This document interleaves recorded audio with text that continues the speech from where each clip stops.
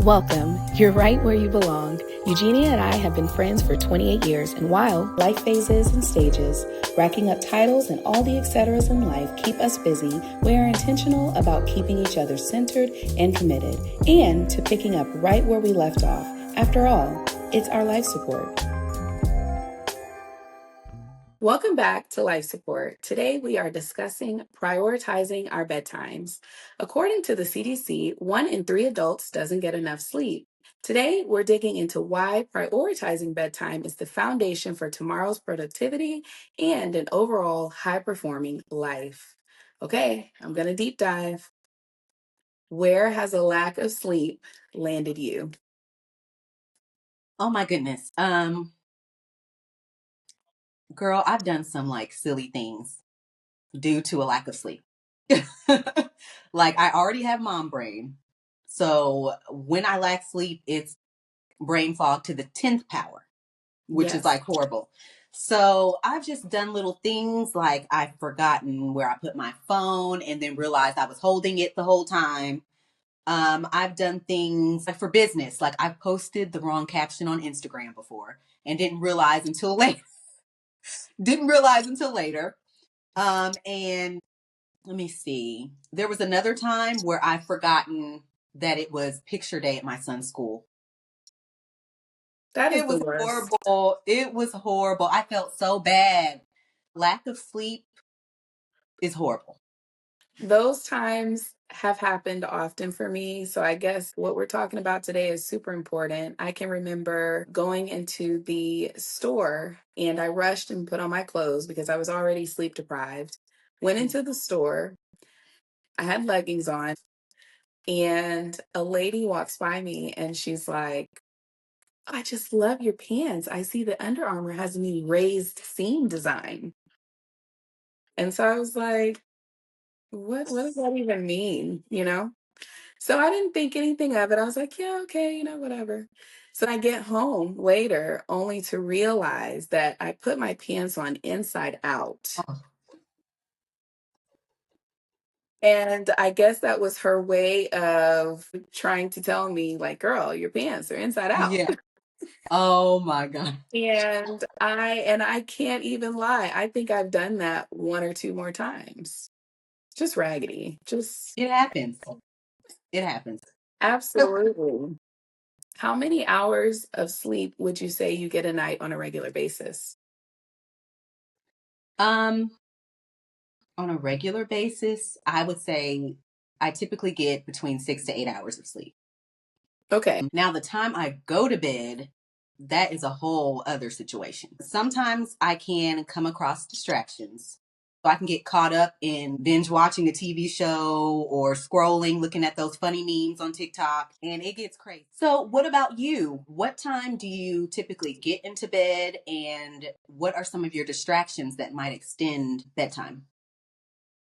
I typically get into bed about 10:30 and go to bed at 11:30 if I'm not doing what I'm supposed to do. Oftentimes, some of my distractions will be work or just doing those small tasks that were moved over for larger tasks during the day. And it really kind of leaves my mind just running and frazzled. So I shouldn't be doing that. When I am doing what I'm supposed to do, I notice that following a bedtime routine is key and it makes all the difference in getting into bed consistently and timely. Some calming actions I do my skincare and, brush my teeth.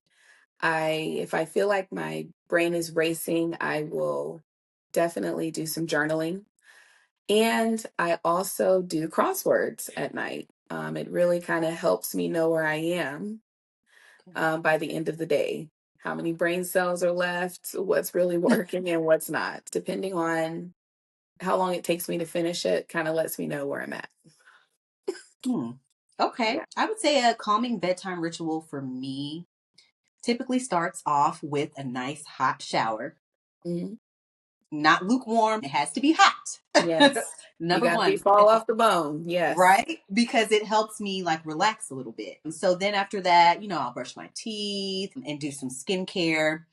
If I'm feeling a little fancy, I might, do a face mask or something a little extra towards my skincare. Once I get into bed, I'll try to do a little reading. It's definitely important to do something a little calming before bed, and definitely not the binge watching the shows or doing work or, scrolling social media. It's good to have like a tech curfew. Yikes. You've got to know when to cut it off. Some of the benefits are that it supports natural melatonin production. It reduces mental stimulation and it lowers stress and anxiety. Wow. Yes. All of those are definitely things we're trying to minimize, and that will help improve our sleep quality and give us a more restorative rest.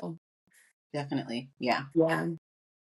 Our brain thrives on consistency and cues. So we have to flip the switch. Yes, we do. So what we were saying is a wind down window would be 30 minutes or 30 minutes to an hour, do you think? Yeah, I give it like 30 minutes to an hour. Yeah, I Yes. agree with that. Yeah. Definitely have to take that time. Our bedtime is just as important as the kids, which we'll actually be talking about them next week as we discuss the magic of motherhood. Yay. So, as we wrap up today's episode, I hope you feel inspired to make a bedtime routine a priority. Prioritizing bedtime is a simple yet important way to make sure you're ready for whatever tomorrow brings. So, drop a comment. We'd love to hear ways you prioritize bedtime. Thanks for stopping in, and we'll see you next week. Bye. If this episode inspired you, we'd love to hear your biggest takeaway. Slide into our DMs on Instagram at @thelifesupport_. If you haven't yet, make sure to like and subscribe so you never miss a Power Hour pep talk. And leave a comment. It helps other mamas find us and transforms one mom's hustle into all of our community boosts.